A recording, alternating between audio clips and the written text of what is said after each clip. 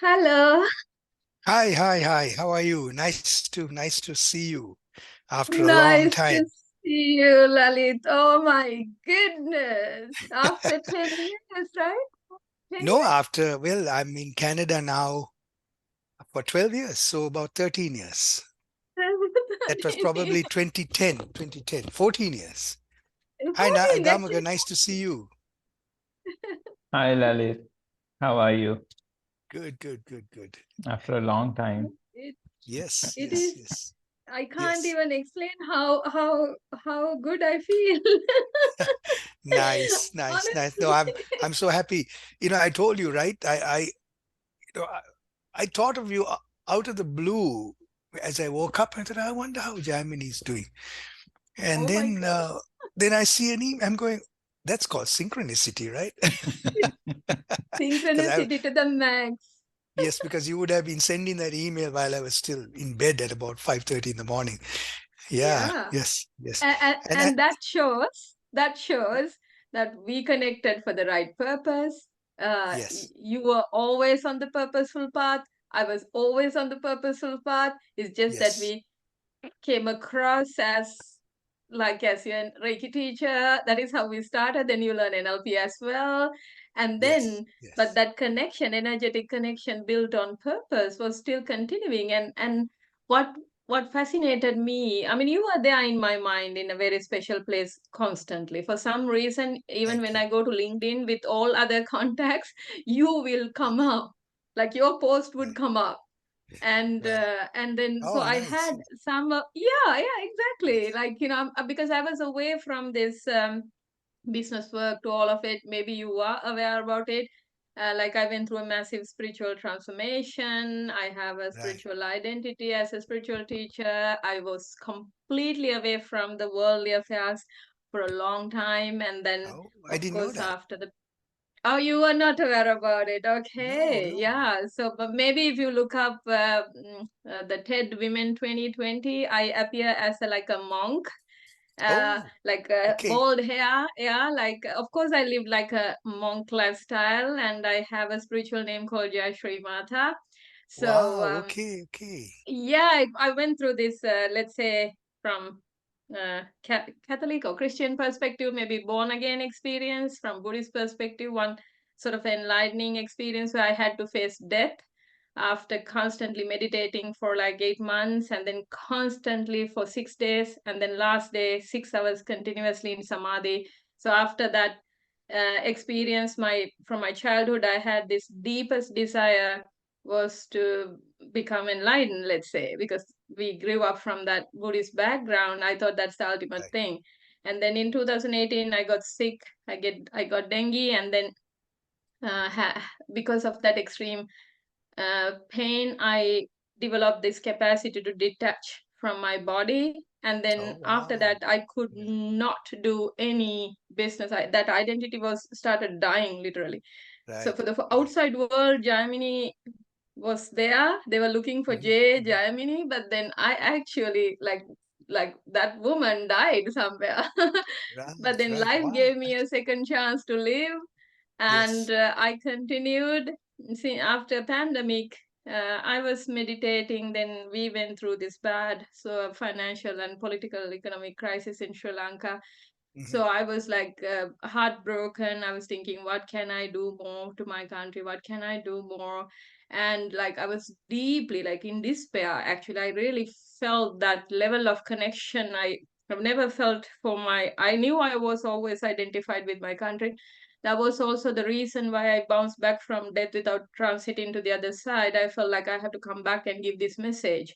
Then I lived Hmm. like a monk lifestyle for around 3 years. Then I was also making some predictions for the future. I could see the future coming. Then I realized, oh, I have to get my act together. So if I really want to help my country, maybe all this while out of this deep attachment to country, people, even Gamakashri, like so Gamaka became Gamakashri after being initiated by me. That's why Oh, Gamakashri. right, So right, right, he right. was Oh, my beautiful. first, let's say, the one who I initiated, just like for Reiki. So Beautiful, beautiful. then I realized I have to get out of the country if I really want to be of service. And then everything just fell into place, like everything just worked out. So now Right, I am right. being of service, and here you come. I have no words to express how grateful I feel for being connected with me and taking this time, space, energy. Lalith, this is beyond any words can express. All I can say is that I bow down and to you, this divine masculinity. That is what I see in you. And also, I want to tell you, I'm so proud of you. Thank you. Like, I mean, Thank you. really, because whatever said, and you are my student, right? Um, I was so proud of you as a student and as a teacher, and then as a woman, because I see these purposeful men letting go of their ego, like literally dying to that traditional perspective of male role models, that breaking the Mhm. boundaries, and then and a father. You are a wonderful father and a husband, and of course a coach and a trainer, and advocating what I always believed in, that is meditation and mindfulness. So yes, thank you so much. We are so delighted to have you here. Thank you. Thank you. So I would I'm say connecting. Yeah. Ubuntu. I see you, you see me, you're here, I'm here. We are here together. So it's a beautiful thing. Thank you. Thank you. Thank you for, reaching out and coming back into my life again. Beautiful. Yes. Beautiful. Yeah. So I'm connecting from Sweden. You're connecting from Canada, and Gamakashri, of course, from our motherland, Sri Lanka. Yes. Now, Yes. Lalit, let's get to our discussion if you're ready. Yeah. Yes. Yes. So Yes. I understand that you have been teaching, advocating, and I know you are living that. Just like me and Gamakashri, we are living NLP, we are living energetic principles, whatever that we preach, we do our best to practice in our day-to-day life. Um, Yes. Yes. so Yes. I understand you're a mindful coach and a trainer, and let's start from that. First, I'll set the background for our discussion, as you already are aware that we are doing this discussion as a social dialogue uh, to create awareness and Mhm. also to give some tools, techniques, ideas to help solve one of the world's biggest problems, which is very close to my heart because I have been working as a coach, trainer, therapist, healer, even as a psychologist towards the end of my career. So, this is about mental health of youth and, of course, children. This is very close to our hearts. I myself am a person who have gone through a lot of emotional trauma, other things in my childhood, and also have used and pain to create a purpose in my life. Like Mind Science International was a creation of my depression, suddenly became my business, my Right. livelihood, and then kept Right. on happening. In 2019, I fully handed over everything to Gamakashri. I let go of everything. And Right. then now he's running the show, but name is still continuing. So I believe my purpose is still so valid. That's why this still is alive.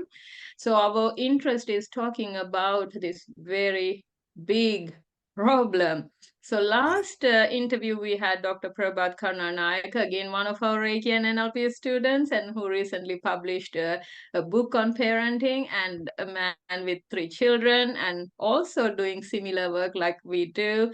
We were talking about role of parenting in this big problem, and we are getting clear about this big problem, different dimensions and aspects.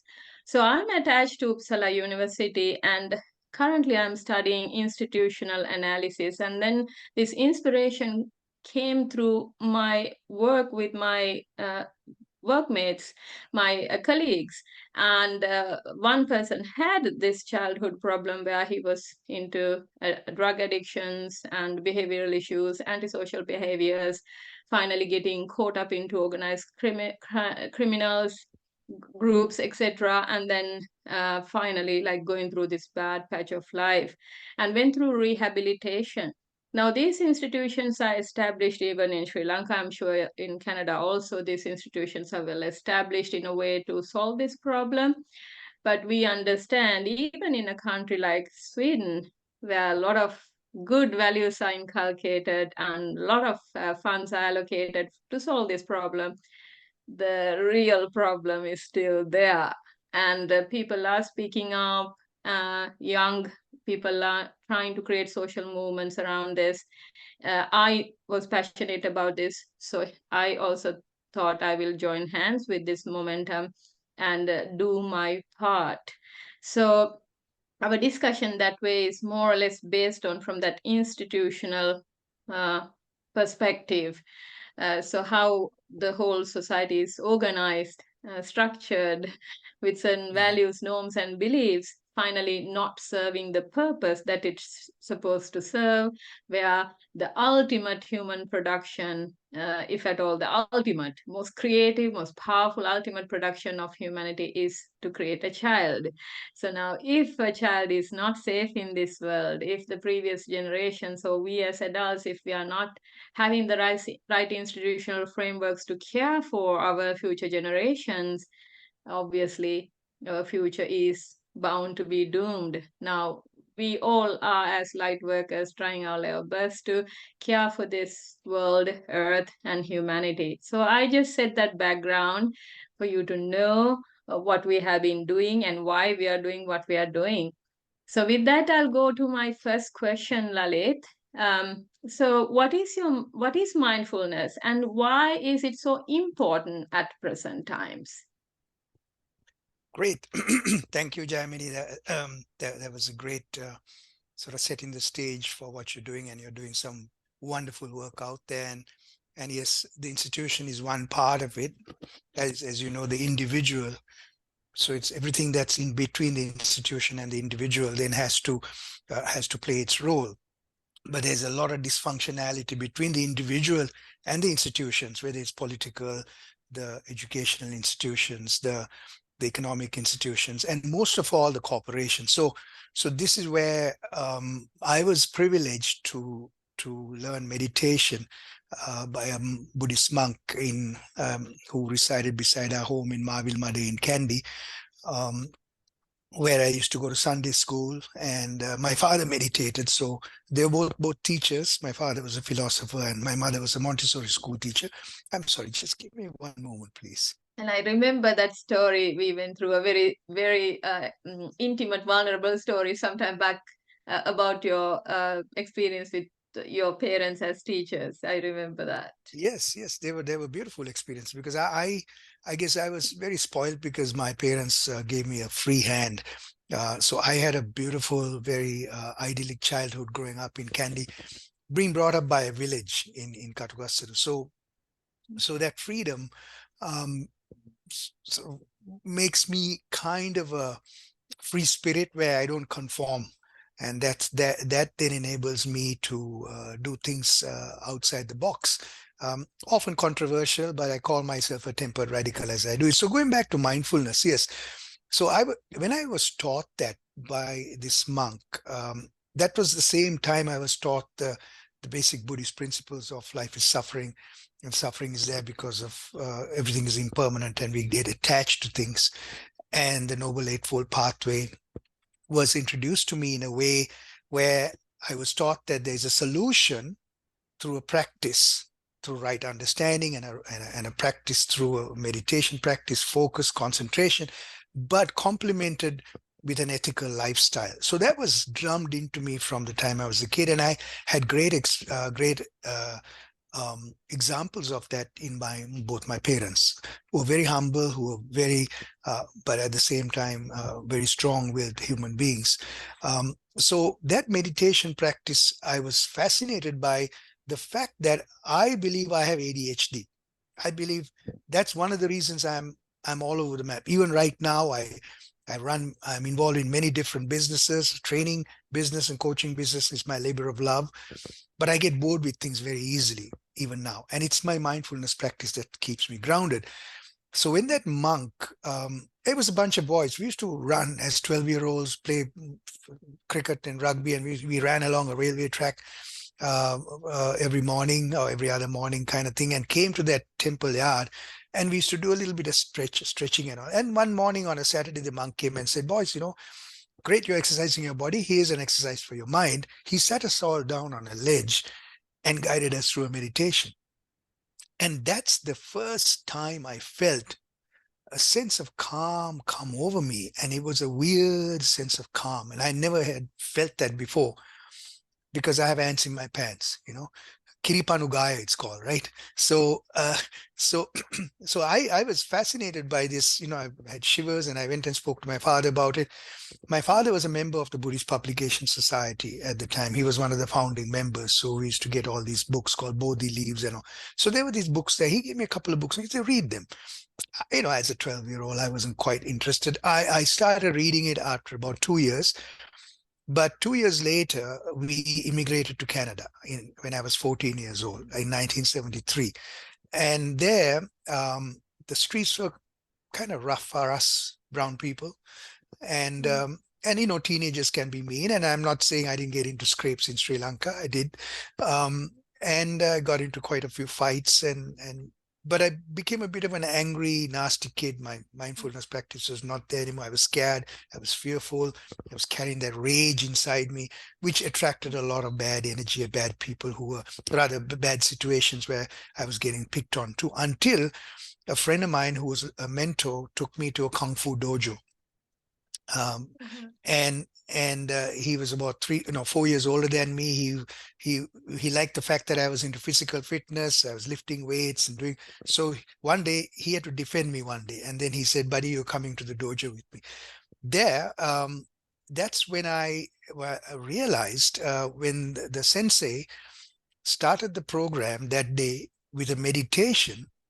My first question was, "What does meditation have to do with fighting?" Wow. And so it was a weird kind of a sensation. I'm thinking, then only the penny dropped. So the whole martial arts practice is based on emotional control. If you lost your temper, if you lost your grounding, you lost the battle. You get beaten up.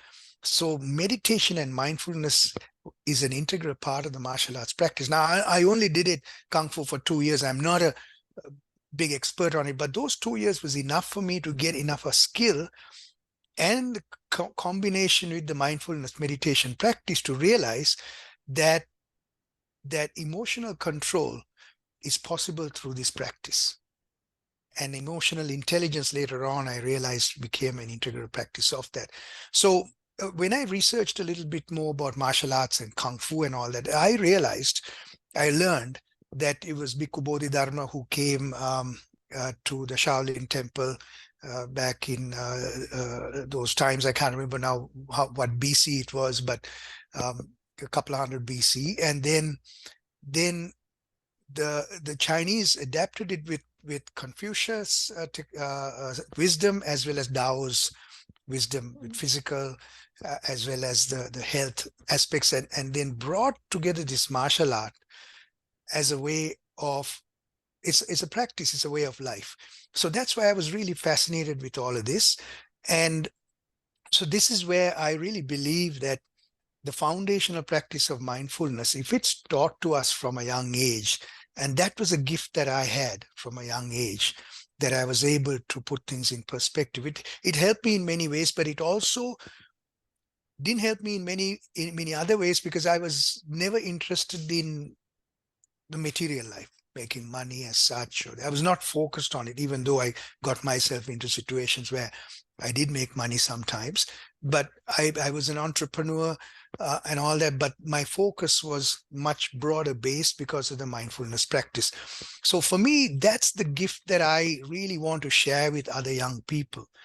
To really understand, when you quiet your mind, you understand the nature of life, the nature of being, the fact that we are one with nature.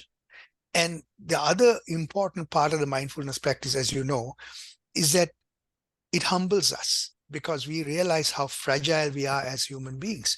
Because this in-breath, and once it ends, that's the end of me. So how can I be arrogant about myself? How can I allow my ego to get beyond myself and say that, I'm the best in the world, kind of thing, right? So that humility is one of the most important aspects for me, in putting perspective in things. But not only that, but at the same time also, that humility also has to um, give us, because if we give up on the material life too, then we are going to get diminished too. We're going to get taken advantage of too. So how do we find the balance? And I call it the power of balance between that being humble, but also living in the material world. Because as we know, we have a survival instinct. You and I can kill somebody.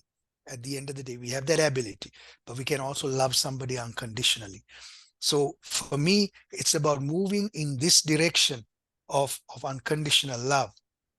That is most important.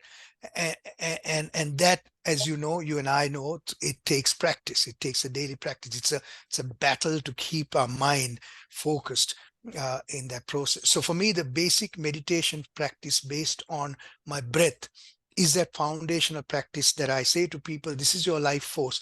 And when I run training programs, and when I'm with kids, I do a lot of work with, I've done some work with students, both in Sri Lanka and in Canada too.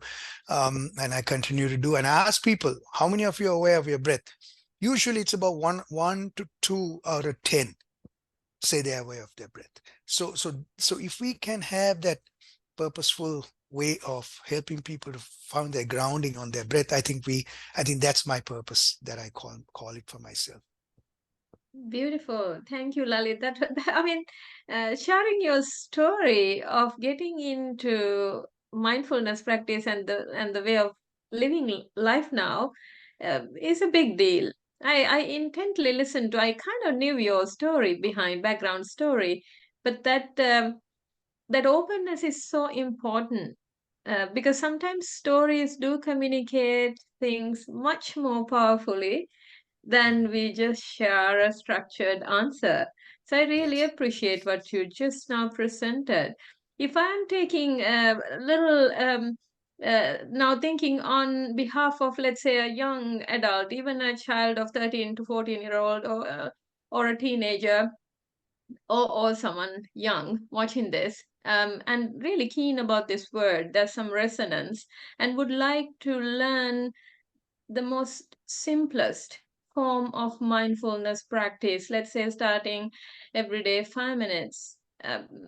There's some awareness of this individual, although they are young, they understand this inner calling, and then they feel drawn to this word. Imagine someone like that, or even a parent who's interested in, just like your parents facilitated your enlightenment, your evolution, your growth. They nurtured you in the right way. Imagine a teacher or a parent or educator, caregiver, or even people in rehabilitation homes, right?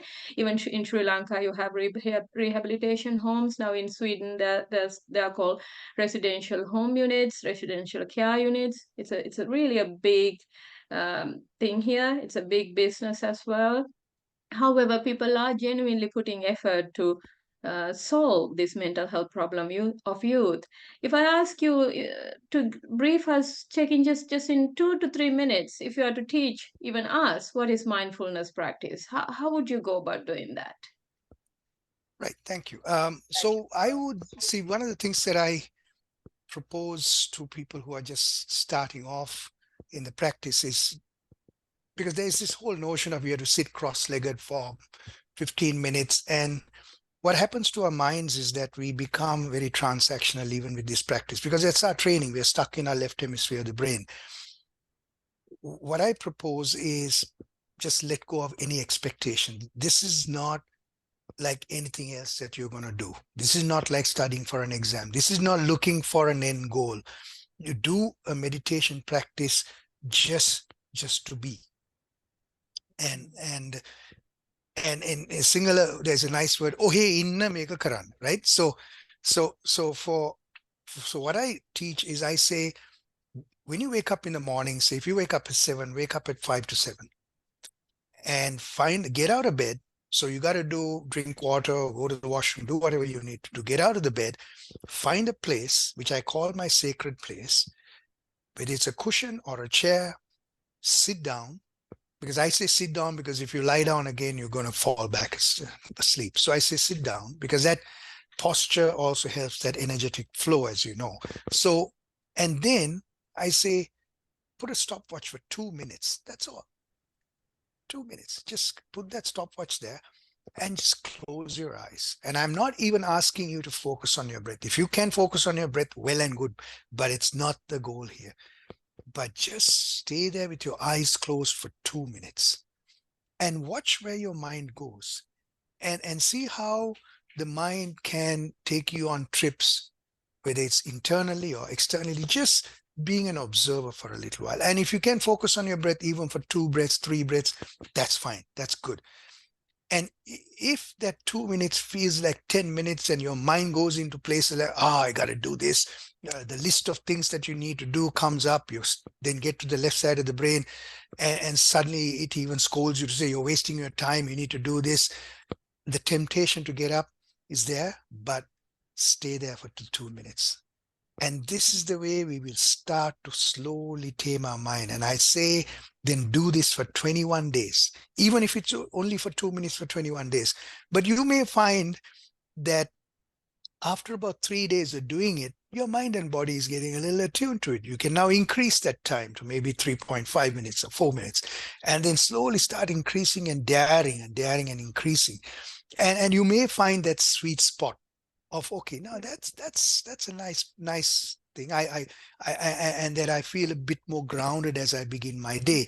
And I add a few more things, but I'll talk about those later, that exercises that add on to the breathing exercise. Maybe I can also say that. So after I do that, I'm a very physical person. I'm so I believe that the mind body, we have to keep the temple going well. So I even then say, do a few little exercises, just some stretching, do some squats, but always incorporate the breath with each movement. So even something simple as just rolling your shoulders with the breath. So your mind and body awareness is there as you're moving forwards, and doing something like this, swing like this, where you swing your torso like this with the breath. So after your meditation practice, what you're doing is you're just now oxygenating your body. And another good exercise is doing some squats, again with the breath. So once you do a little bit of that, and once again, I have a practice which lasts 2 hours every day. I don't ask everybody to do that. Start slow, start without any expectations, and don't beat yourself up if you miss one day. It's okay, but really have the will to do it as regularly as possible, if possible, for the 21 days. And then give yourself a gift by appreciating yourself and say, hey, thank you, I did it. And this is part of looking after yourself, because we are constantly out there in the world looking after everybody else, looking after things in the image of myself, or not for myself really. It might be something for my image. I need to look good, I need to be powerful, and that's all for the outside world. Do something for yourself internally, is what I'm saying through this practice before you start the day. That's beautiful. That's so simple and profound. Actually, when you talk, it just creates a very vivid mental image in my mind. I think I'm very visual. So that is also something I like to touch upon, although it is not our main focus of our discussion. Because let's say children or young adults, youth, or even adults, I mean, we all have our primary representational systems. I hope you can remember you did that exercise when you learned 14 years ago, when you learned NLP with us.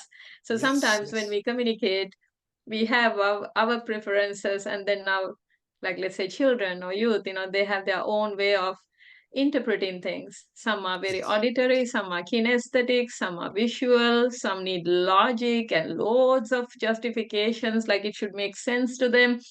So maybe if teachers and parents and educators or care home and rehabilitation managers, if they're watching this, and if they're planning to integrate something like mindfulness practice into their therapeutic treatment packages, or the services that they offer to help the mental health issues of youth, I think it's very important they also understand there's something called primary rep systems, and then these youth or children are wired differently, so they need to be communicated differently. So when you communicate with all that expressions also, because I'm also very visual, it's very easy Yes. for me to understand what you're presenting.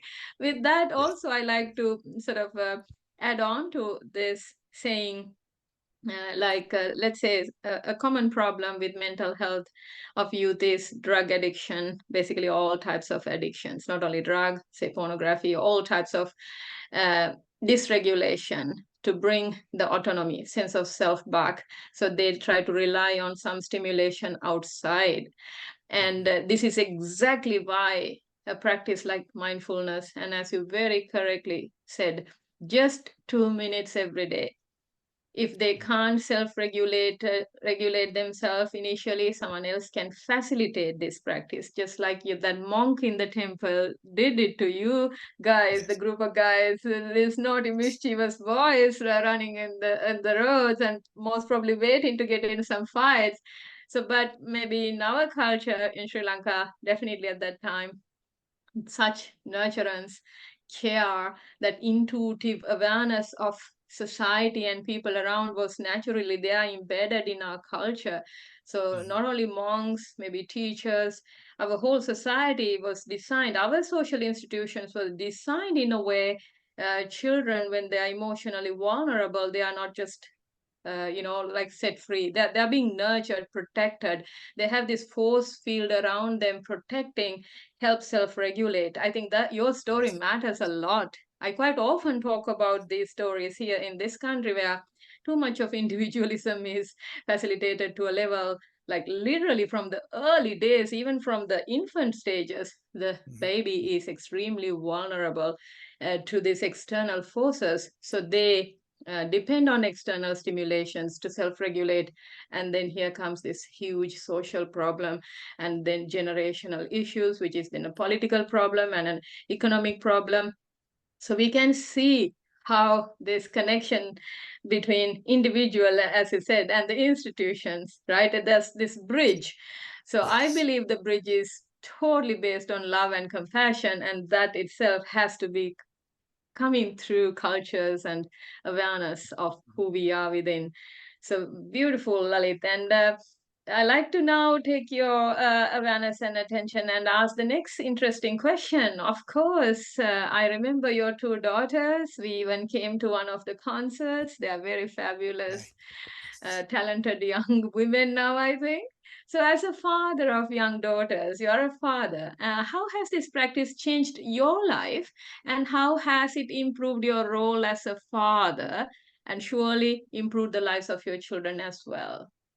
Yes. Yes. Thank you. I have two sons too. I don't want to ignore them. I have two wonderful Oh, wow. boys. I'm Yes. sorry. I remembered. Yes. See? Yes. Okay, maybe Yes. I'm feminine biased that way. I No, remembered no, only no the two problem. girls. The two girls are the ones who are very loudest, who are out there, who's larger than the two boys are more quieter and very focused and intellectual in a different way.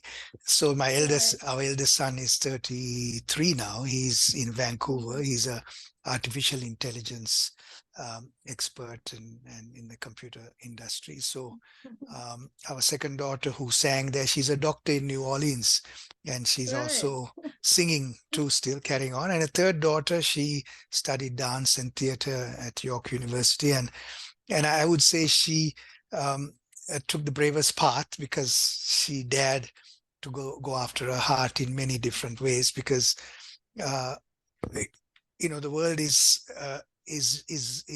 I would say um, not quite certain in when you're doing something like that. So she did well, just building her life. Um, Working as a server in restaurants, living in a small tiny room in Toronto, building, but then COVID hit and it knocked everything out. But now she moved back to Sri Lanka. She bought a one-way ticket to Sri Lanka, and her partner is they run a surfing business between Arugambe and Hikkadua, and she's actually teaching dance in the rural schools in Arugambe, and really thriving and getting her stride in Sri Lanka, which I'm very, also I'm proud of all of them. And the youngest son is 24, who is 25, who's started a software engineering business. He's still at home with us. So yes, so I give, I would say 80% of the credit for who they are to my wife Samantha, because I I if I was if it was left to myself, they'd be they they won't have any direction, because I'm a free spirit. So my free spirit nature was uh, balanced by Samantha's very sort of organized approach. She's trained as a Montessori school teacher, as well as she studies psychology, child psychology, and all that too. So when the first baby was about to be born, she called me for a meeting, and I thought, this is weird. And she agreed. She wanted me to agree to certain set of rules when the baby comes. And I thought, oh wow, I've never seen this side of her. What's going on? And then she said simple things. She said, when I make a decision, I don't want you to override it. You and I are not going to scream at each other in front of our kids. If we have a dispute, let's do it as especially when they're very young. Let's take it separately. And we are also going to have a certain decorum with the kind of language we use in our home. And I agreed to that. And then when the baby came, she had a strict schedule for dinner time, lunchtime. The first one was very good, slept through the night and all that. The second one was crazy. She didn't sleep at night. She was a screamer. She was training her lungs. But as the 4 kids came, what I saw was a home that had a lot of freedom during the day. So they were climbing on trees and roofs, and they'd fall off. But 5:30 they had to come in, and that was structure. And they come in, they dinner, or if there was reading to be done, homework, whatever, and bed by 7 o'clock or whatever. That rule also applied to me. Colombo is like, right? You're driving home and somebody at CHNFC's calls you and say, hey, drop by for a beer or something. If I came later, I didn't have access. So at first it was difficult to deal with. But for me, what I saw was that these boundaries that were provided for them was an incredible safety net for them, because they knew what was expected of them. But at the same time, they had an incredible amount of freedom to do what they want, to be creative and all of that in the free space of time where we didn't judge. And one of the things that we also nurtured was, no matter what happens, I did travel a lot for my work, but whenever I was there, the dinner table conversations became an essential part of the anchoring process. So as my international business slowed down, I started doing business in Sri Lanka. I was able to now, as they were coming into their early teens, and just before that, like late, like 10, 11, or even before 7, 8, 5, 6, 7, 8, I spent more time at home with them, at least with the dinner table. And the dinner table conversations was a free for all, and we respected each other's views. And one of the things that I used to always do was breathe in and breathe out. And they got really angry at me sometimes. Puchi, you're like, there goes your breathing again. But I was relentless in that. And even in the school process, every day I would ask them, did you meet anybody new today? Did you learn anything new today? And they really got mad at me when I said new. How can I meet anybody new today? I'm meeting the same. I said, no, when you're in the tuck shop, in the line, get to know somebody else, not from another class. Say hello. And then they would come and say, but I met somebody new. So I said, look, expanding your network of friends is important, but learning something new is important too. But a couple of days ago, I heard another one that I advocate now, is that, did you do anything purposeful today? As they come home, I would have added that if I had known that, but that's something else that one must add. So for me, the most important part was to give them a grounding based on incredible amount of love, but there's also limitations in terms of the boundaries are there too. So when they would walk in and say, I hate my teachers, hang on a minute, like, that's a very strong word. Like, what's going on? So have that conversation with them. And then, so don't you think the use of the word hate is a bit too strong? Again, not hitting them hard, but to have a conversation with them about the gravity of language and words too. And another thing that we also did was to introduce them to karate from the time they were about 7 years old. All of them went through that. And I know, and they acknowledge it, that their balance, their discipline, because we had an amazing karate master there. His name was RJ Edward, who was one of Sri Lankan's champions, who ran these classes, very disciplined, tough disciplinarian.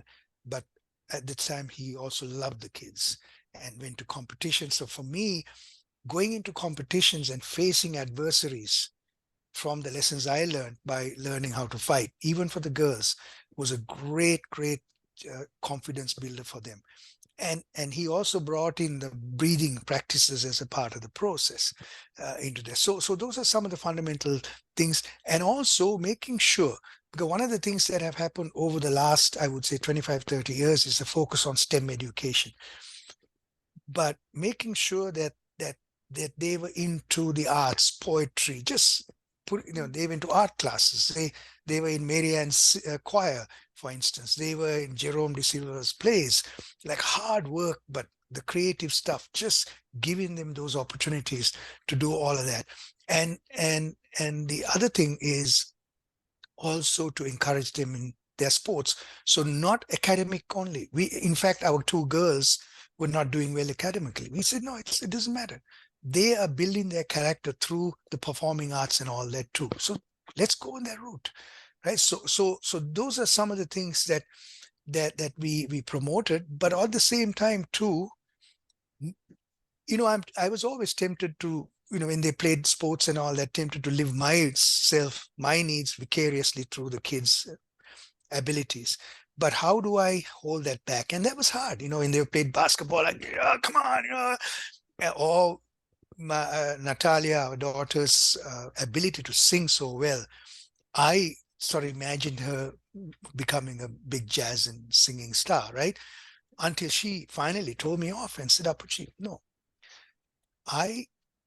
for me, singing is my love. I don't want to make it a livelihood. So I want to sing for fun. So please leave me alone. And that happened after many kind of tension between us as she grew up, when she was probably about 18 years old, finally, when she put her foot down and told me, don't bug me anymore about this.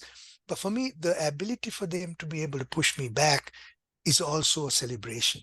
So for us, it was about, as parents, how do we use our power as parents?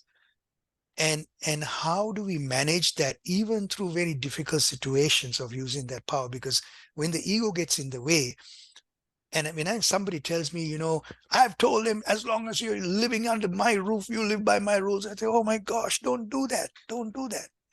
Right? What are you creating? Right. So for me, those are some of the positive attributes that we focused on, and now we are reaping the benefits of beautiful relationships and friendships with them. In fact, our daughter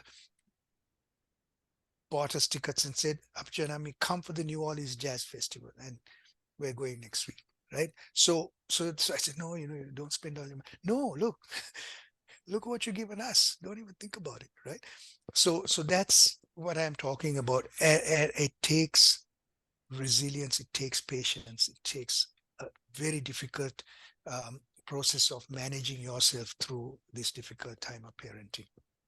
Yeah, beautiful. Oh, I I think what I'm enjoying most today is how this message comes through your stories, and it's your personal story, so it's very legit. That's high credibility, and we can rely on it because it's the true story. Your story, you're just sharing it with openness, and I love it. I just love it, and also how it creates this beautiful storyline, like a movie. And if one can tune into your energy frequency and also pick up, of course, I am trained to look at the world through my own lenses. Obviously, right now, as I mentioned to you, the institutional field and theory and analysis, as an institutional theorist, if at all, I'm looking at this beautiful institution called marriage, and how, as a As a man, you have succeeded, and you had that woman who knew what she's looking for. So her education background, and then setting the norms, rules, value system, and then communicating those expectations. So Mm, what is enforced, those rules enforced, so everyone knows what to expect. And if something is deviating, you know how to come to this homeostasis or the equilibrium, right? yeah, So what you're yeah, explaining to me is this thing that I firmly believe in and advocating once again, especially myself now based in Sweden, where it's quite challenged now. This nuclear family, the concept mhm, of nuclear mhm. family is really dissolving, and I think it's a very dangerous thing. So Yes, I'm advocating, I'm a firm advocate, advocate of nuclear family. Please establish it again, right? Save it, go back to yes, our old ways of living, loving, caring, and the real role of man, woman. Of course, you yeah, can have other gender identities, but this masculine, feminine energies, how to balance it without diluting it too much. I'm really a firm advocate of that. So yes, that yes. came through very powerfully, and I like to highlight one powerful sort of I would say symbolism, as like the message from your story is very clear, because it's again who you are as a person, as a man, as a father, as a husband, and then coach and a trainer, all the social roles, and advocating this idea of mindfulness is that it's a thing that you have to do as a mind body aligned thing. Mhm, It's mhm. not just that sitting and trying to meditate as an intellectual activity. You can't force it, because we are mind, body, heart, and soul, all of it. And Yes, how you have facilitated that in your family initially, and facilitating, creating very successful 4 children, um, is through like creating this discipline and also multidisciplinary background, like allowing them the freedom, complete freedom to exercise their individual autonomy, so they don't mm, necessarily feel stressed. They also know how to speak up, as you very correctly said. They know how to speak up because they know yes, when their boundaries are violated, even by their own parents. yes, So when the culture is set, everyone knows how to tune into their authentic, uh, this functional, healthy sense of self. I think yes, even in Sri Lanka, not only in the Western world, we find this healthy sense of self is really missing in society. mhm, It start missing in the home, and then of course in the little social circles, then the community, village, and then they go to corporations and companies. This imbalanced or out of balance, unhealthy, dysregulated individuals get together in corporates, and then yeah, there's again chaos. So yes, then yes, yes, corporates then try to sort it out through like people like us, let's say consultants, coaches, they yes, invite us. I yes, think maybe this is also one reason why my approach to handle corporate problems as a consultant back then in Sri Lanka was very powerfully bringing results very fast, very sustainable results, because I had the same philosophy even back then. That's why mhm, I remember all my corporate executive development programs, I incorporated meditation and mindfulness practice. yes, yes, Perhaps yes. people who know me knows this, and I love the way you come across with this story, Lalith. I want to reinforce that and say you're doing a great job in No, this. And I thank you, like to go thank to you. the last question now. Well, I'd like to just add Uh, something to it, yeah, Janvi, please if go you don't ahead. mind, Yes, and to of honor, course, go ahead. it wasn't just our nuclear family, as you know, right? The dinner table conversations happened even in Canada once we all moved here too. Um, but it was the extended family, and I have Mhm. to honor them too. For me, we were very blessed to have great help at home, and they're part of the family. And I would honor Soma, for instance. You know, our kids look at her as a as another mother to them. So all of that we have to acknowledge too. And the grandparents, the village that was always there supporting each other, and that's another important part that's unfortunately missing in this part of the world, for many people, because of that individuality that is highlighted, and that is now becoming endemic in Sri Lanka too. So we Yeah. need to, as you rightfully said, not only the nuclear family, But also there are certain other things that I really believe in terms of getting close to nature. When we sit in front of this computer day in, day out, for me, I advocate somebody even walking barefoot out in nature on a daily basis, walk into a forest. So those are the kinds of things. So this is a much larger kind of an ecosystem of solutions we need to think about, including you did bring up the corporation. And I've had a limited liability corporation since I was 25 years old. And I know, and to this date, I know the privileges I have. And one of the biggest issues that the world is having right now is a corporation political nexus, where the politicians are no more looking after our interests, except for they're only looking after the interests of the corporations who are paying their money through lobbying, through campaign contributions. And there's also a huge amount of corruption all over the world, all over the democratic world. It is there. And unless this is addressed in terms of the license, a limited liability corporation's license to operate, the only thing that they're supposed to do is to make profit.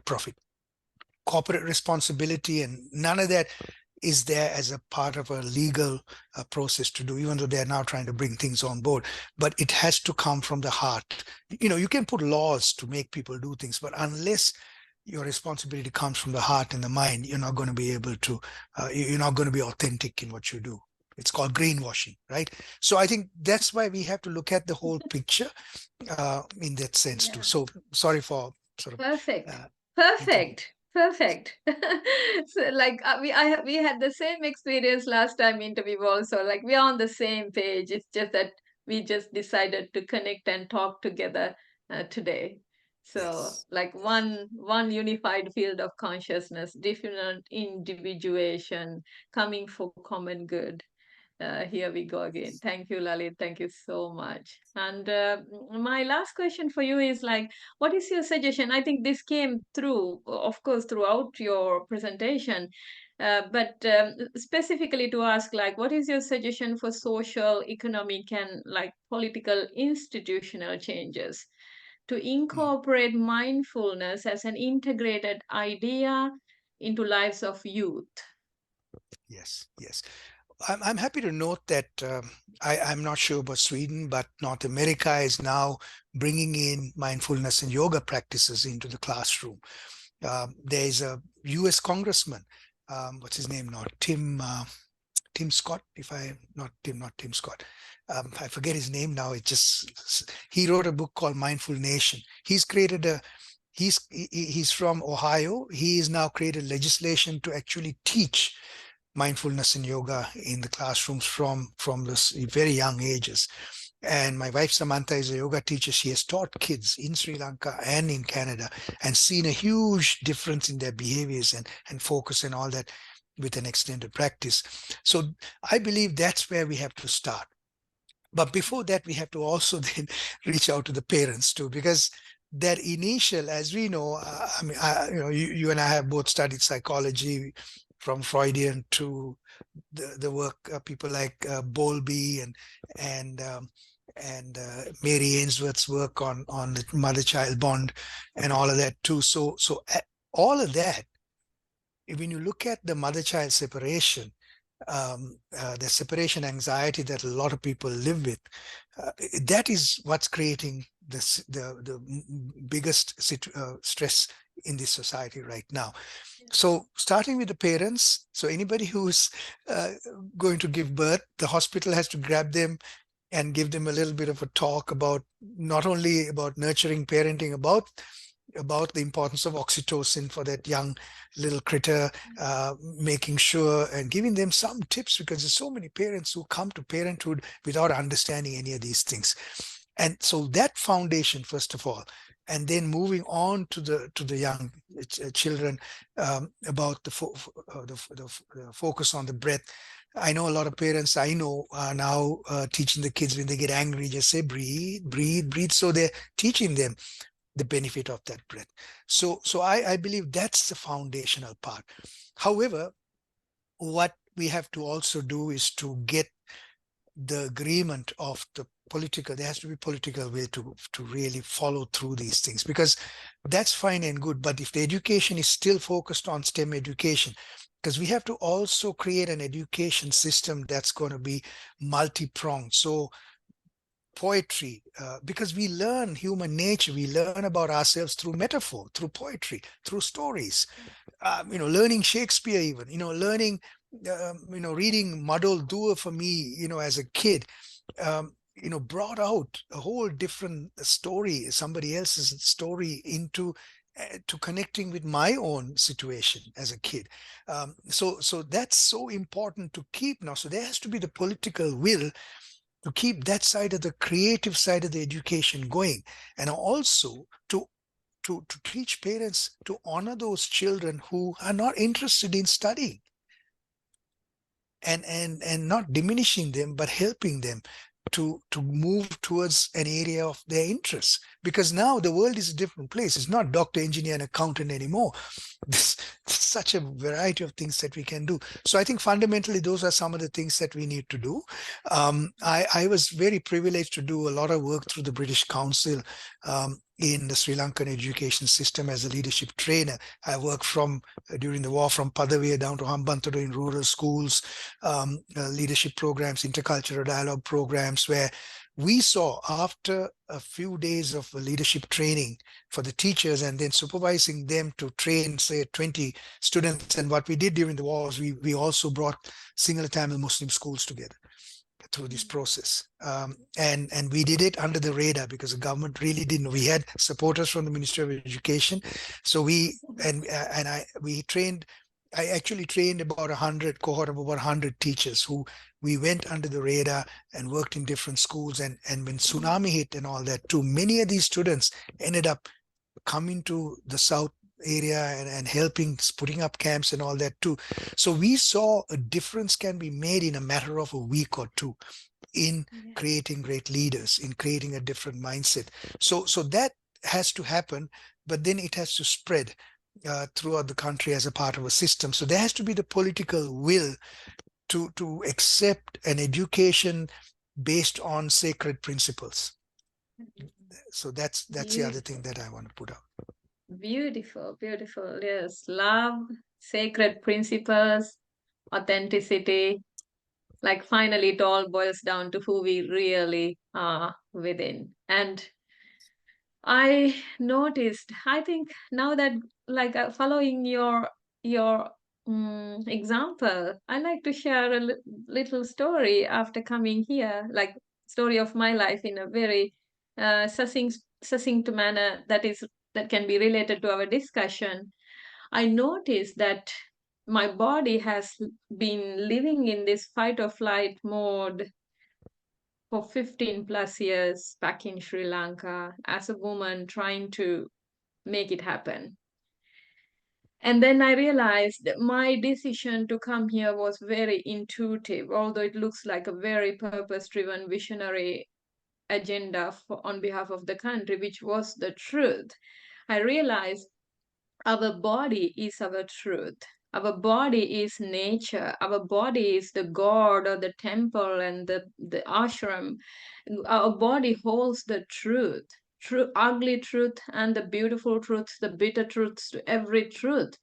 So since I have trained myself, as just like you have done from childhood, meditation and spirituality, then NLP, Reiki, all the same stuff about mind, body, soul connection. I realized after coming here, my body has started automatically regulating to feel, to be out of fight or flight mode, and to just really relax. I've realized I'm breathing so deeply here, Lalith. I am surprised for how long in my life. I'm so grateful for this thing called life or God or whatever the label you put it. Like, thank God I'm alive, because I'm surprised for the things that I know about mind body connection. I should have been dead and gone by now. Of course, I mentioned to you I had a near death experience, and literally death experience, and then consciously decided to sort of rebirth myself, which was a spiritual experience. However, I found that when you start living in an environment which is very supportive towards these truths, so that way I have to give due merits to this beautiful country, because they constantly work towards creating a system that supports individual well-being, like it's naturally kind of set up. You can feel it. And then Yeah. I'm wondering, wow, I come here, and then I suddenly like like a Yes. Yes. load has been released from my system, and I'm breathing so deeply and feeling Nice. so great, to a level like I feel like I have sort of reversed aged or whatever. Right? Nice. And then yeah, I feel so much of resonance to talk about mental health of youth, and I thought it is very valuable to emphasize the importance of breathing, because the moment you breathe, you are bringing your awareness and attention to your first evidence of existence. So first evidence of existence is our body. Like this is what Yeah. we refer as me, right? Like Yeah. me, my. Yeah. Yeah. And this is where all that challenge is. So constant breathing, deep breathing, relaxing, letting go, uh, can help one bring this self-regulation to a level. If there's a stimulation outside that is trying to take your attention, in a way that makes you feel good, that gives the dopamine rush, which then makes you an addict to some external stimuli. And then you constantly depend on this external stimuli to feel good. But imagine, all we want as beings, as animals, as humans, whatever, we want to feel good. So imagine you develop that capacity to feel good by yourself, because we are Yes. naturally Yes. wired to do that. Our Yes. mind then suddenly realize, oh, so I can have the dopamine rush, this feel good factor, the same effect of a so-called addiction, which makes me depend on something outside, but I can depend on myself within me. I don't have Yes. to dysregulate myself or get into these groups and associations, this make my behaviors socially unhealthy or dysfunctional in a way that harms me and my environment and other people around. So I can bring that awareness, because now my mind knows, actually I can feel good with myself. Yes. Right? Yes. Yes. Yes. So Oh no, this is very rich. Yes. Yes. Very rich. Well, and I'd like to also just add to that by saying these countries give us the room to do this, but yeah, institutionally they don't know how to do it. So this is where the opportunity for us is to marry, because it takes a reductionist left-brained approach to do this, and it's yeah, not, and it's creating a goal-oriented approach expecting results. So what we are doing is to help them to let go of that and just live life in your authentic self, but we have the permission to beautiful. do it. Yes. Beautiful. Permission to do it. You said like perfect, perfect, perfect. Right. That's the word that we are on the same page. And Gamakashri, Yes. as always, I invite you to you do the final remark, and you have some interesting observation as a silent observer. So please go ahead and share your thoughts, and then we can conclude our discussion. Well, I was in a very happy place, I should say, and I remember why I like Lalith so much, because I know he's into mindfulness training, coaching, helping people, making life better. But when he speaks, I can just go into trance and stay in that deep state. So thank you so much, Lalith, for that beautiful experience for me. I think we covered some of the most important areas of parents being aware of parenting, and that they have a choice. Like, we can do much better if we can learn a little bit of parenting, and the resources are just out there. Like, there's so much of it, and also there's a lot of help. There's a lot of people who wants to help parents to do a better job. Sometimes it's time, sometimes it's money, I guess, and sometimes it's awareness. Like, we can't expect the whole world to have the same level of awareness, the need. But it's like we are now 7 billion people, so we need to make sure we do a good job now. Like, it's crucial. Like, we didn't have so many people alive till now. So that's one aspect of it. And the other aspect is making meditation, like I know maybe people might not like the word, but the practices, making practices available, like, and making it a like part of the daily conversation, like making it normal. Like, okay, did you iron your clothes? Did you eat? Did you pay attention to your breath? Like, it's just part of the thing. If you can make it a part of the thing that we ask other people, that would make it really easy to, easy for people to do. I guess we resonate that a lot. So over to you, Jay. Thank you, Gamakashri. Gamakashri. Thank you. Yeah, that's so beautiful. Such an aligned discussion. And with that, I like to wrap up our discussion on mental health of youth. And today we invited Lalith Gunaratna, who's a mindfulness coach and a trainer. More than anything, he's a great father, and surely we can say he's a great husband and really a good role model for young men. I think whoever watching this later on can perhaps reach out to people like Lalith, and of course talk to them or observe or read their material, listen to their content, because as me and Gamakashri, we always have this discussion. What really matters to the young generation is to have most rightful, because we can't be perfect. We are a perfection process of perfection. We all are in that process. But what is needed is to have good role models. Whatever that we are teaching, if they can see it, hear it, feel it, taste it, smell it, and really like a tactile experience. We want to have more storytellers like Lalith.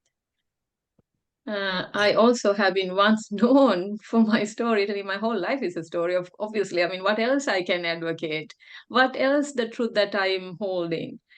Things that I've learned from books? No. Things that I carry in my awareness as me, my story. Sometimes it is not the most beautiful story to hear. It has a lot of weak points, dark patches, and bruises, scars, and really bad stuff.